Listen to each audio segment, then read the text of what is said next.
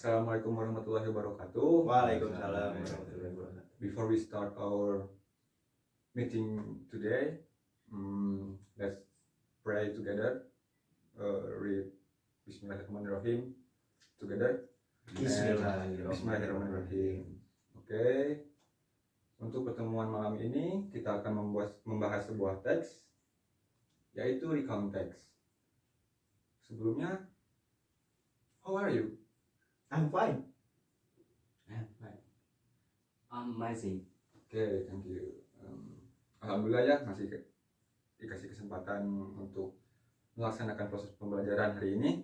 Siap, sir. Semoga kita tetap sehat dan jangan lupa mengenakan masker, jaga jarak, dan patuhi protokol. Siap, sir. Siap, sir. Yes, sir. Oke, langsung saja ke materi ya. Untuk hari ini akan membahas sebuah teks, yaitu recount text. Di sini ada contohnya. Ada yang mau membaca? Raffi, Yes, silakan. sir. Silakan. Tapi sir, rekonteks itu apa ya, sir? Oke, sebelum kita membahas apa itu recount text, mari kita baca dulu. Oh, siap, sir. Silakan Raffi baca. Of text, sir. Yeah. A trip to the zoo. Yesterday, my family and I went to the zoo to see the elephant. When we go to the zoo, we went to the shop to buy some food to give to the animal. After getting the food, we went to the nocturnal house where we saw bird and reptiles, which only come at night. After that, we feed Yeah. we feed some bird in the park. In the afternoon, we saw the animals being fed. When we returned home, we were very tired but happy. It was because we had some fun activities and many plays at the 200. Zoo. Oh, the Zoo. Oke, terima kasih Raffi. Jadi setelah kita membaca contoh teks recount, apakah kalian dapat memahami apa itu teks recount? Teks recon adalah menceritakan bagaimana kita berwisata, sir. Oke, bagus. Silakan, ada lagi yang ingin? like biography someplace. Oke. Ada lagi yang mau mencoba menjawab? Cukup. Oh, cukup. Oke.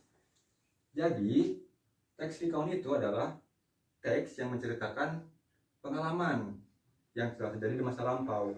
Jadi, jika Anda membaca sebuah biografi, sebuah pengalaman orang lain, cerita pengalaman orang lain, itu adalah sebuah teks dari recount text. Kira-kira apa nih tujuan penulis ini membuat teks recount? Untuk memberitahu pembaca tentang pengalaman pribadinya. Ya, bagus saja. Ada lagi? Make some people recognize about place. What about what you mean recognize? Mengenal tempat tersebut. Oke, bagus. Terima kasih Raffi. Jadi, tepat sekali ya. Jadi, tujuan si penulis menulis teks recount ini untuk share about what happened in the past. Jadi menceritakan kembali pengalamannya. Jadi misalkan pengalaman liburan, pengalaman ketika pertama kali belajar sepeda, pengalaman, pokoknya recount itu adalah teks yang mana untuk men-share apa yang telah terjadi di masa lampau. Sir, nanya. Oke, silakan. Kalau membuat teks recount tapi berdasarkan cerita orang lain itu bagaimana? Bisa juga, misalkan saya punya pengalaman jatuh dari sepeda, lalu saya bercerita ke Reja, dan Reja menulis sebuah pengalaman saya misalkan, itu juga termasuk teks recount. Oh, ya, sir. Jadi tidak mesti pengalaman pribadi doang. Jadi misalkan kamu menulis biografi Raffi, nah itu juga sebuah teks recount. Ada yang mau ditanya lagi? Cukup? Oke. Dalam teks recount ini strukturnya yang pertama itu adalah orientation.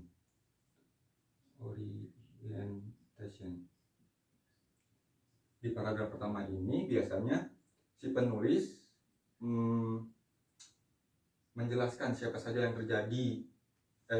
terlibat dalam kejadian tersebut dan apa yang terjadi seperti yang ditulis di sini ya. Yesterday my family ini adalah keterangannya, berarti dia berliburan ke zoo bersama keluarganya dan saya ke zoo. Dan di paragraf pertama ini selain isinya siapa saja yang terlibat, juga ada tujuannya yaitu berliburan to the zoo. Jadi pokoknya dalam orientation itu ada apa yang terjadi, siapa saja yang terlibat, itu Dan tujuan. ya. Lalu di paragraf kedua yaitu event. Dalam paragraf 2 itu jadi si penulis itu harus ya, jadi menceritakan pengalamannya dari awal mula, dari pergi dari rumah sampai pulang tuh, jadi berurutan ceritanya, jadi nggak boleh loncat-loncat ya. Lalu yang terakhir ini adalah reorientation.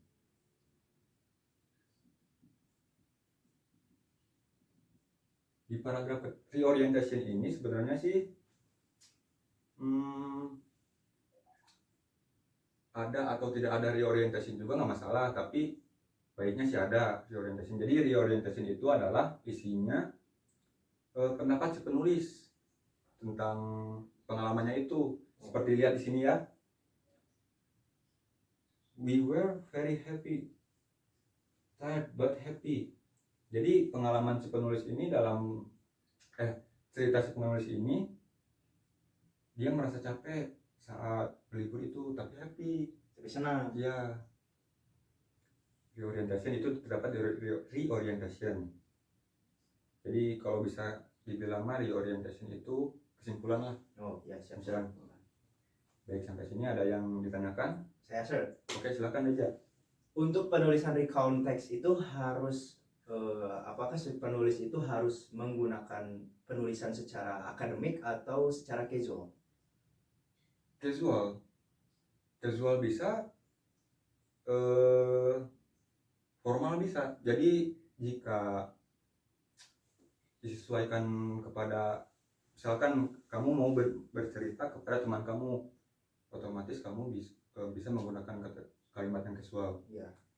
Tapi jika audiensnya formal, maka kamu juga harus menggunakan formatnya formal juga, kayak grammar dan yang kayak gitunya. Oh, siap sir. Oke.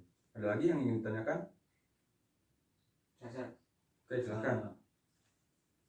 Ini ada ini enggak kayak apa namanya support sentence. Ya. Support sentence. Support sentence. Jadi dari atas itu harus sampai bawah itu harus support sentence dari judulnya gitu. Ya. Atau nggak bisa gitu? Bisa. Di sini sentence pertama, yesterday my family and I went to the zoo to see the elephant. Disupport sama ini. Siap sir. Ada yang ingin ditanyakan lagi? Next. Oke. Bisa, jika kita lihat keterangan waktunya itu pada masa lampau ya. Misalkan contohnya when. Terus mana lagi? So. Tapi sir, koreksi, I went to the zoo to see the elephant. Ya, when ini termasuk. Tapi itu di sana see sir. Sedangkan dalam kalimat lampauan see itu diganti dengan so. Ya, sekarang kita akan membahas itu tentang past tense. Siap sir. Simple. Oke, saya hapus dulu.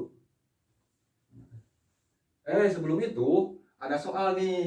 Iya, saya lupa. Mantap sir. Kita coba ya. Oke, Raja nomor pertama. After getting the food, what writer's activity? After getting the food.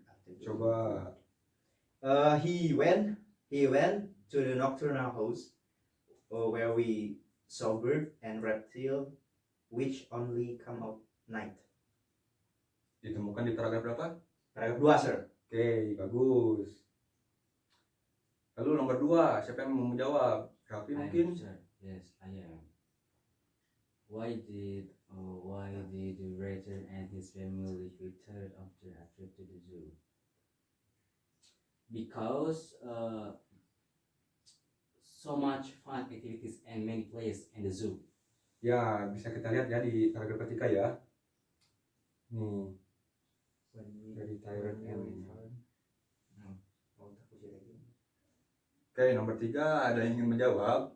Saya Oke, silahkan. titik-titiknya itu when we return home, our family felt tired after visiting the zoo. We were still happy. Ya, bagus. Jadi, our family felt tired after visiting the zoo. We were still happy. Jadi, siapa nih yang merasa capek nih setelah liburan ini nih? Semuanya kan setelah keluarga. Jadi, jawaban yang tepat adalah all talk. All talk? Ya, Dari mana, sir? kan semuanya merasa all his family Siap, merasa sir. capek. Oke, jelas ya? Jelas, sir. Oke, jika tidak ada yang ditanyakan, maka kita akan membahas itu selanjutnya.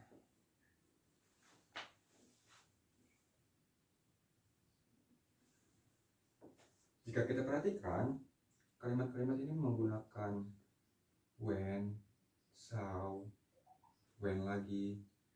Jadi si kalimat-kalimatnya itu menggunakan past simple karena ini terjadinya di masa yang lalu, masa past event. Ya. Oke. Sekarang kita akan membahas tentang past simple. Saya akan menulis beberapa contoh untuk Anda.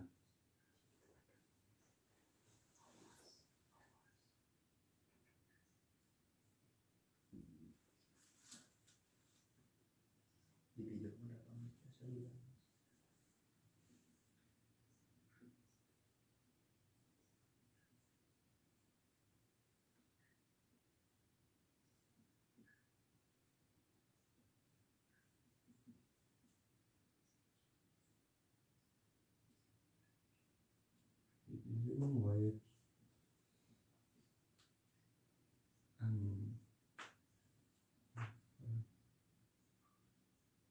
Yes. Call. Video read.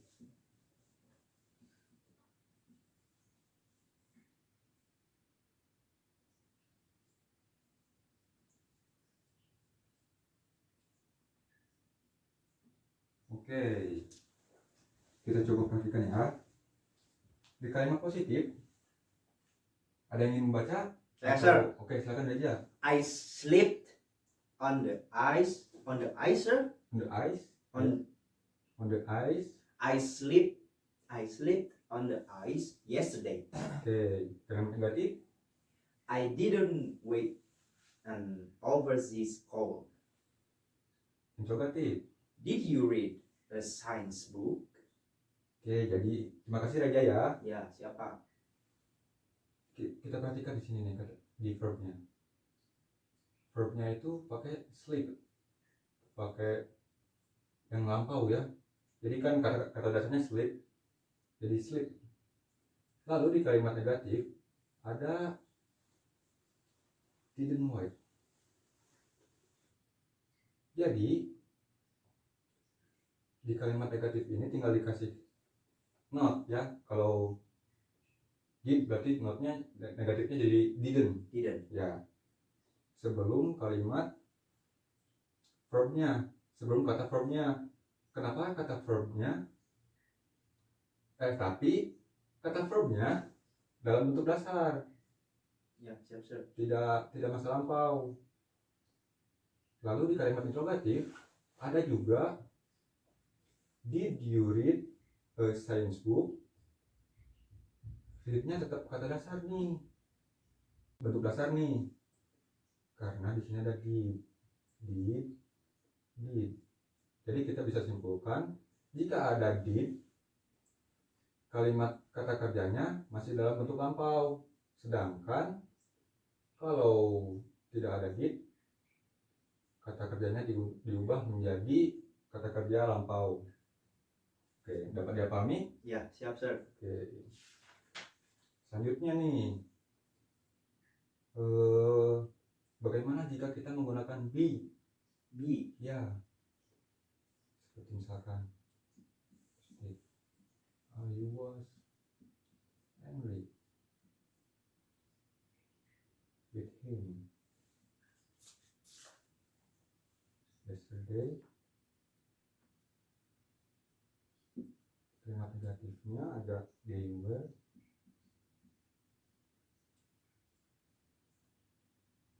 not at school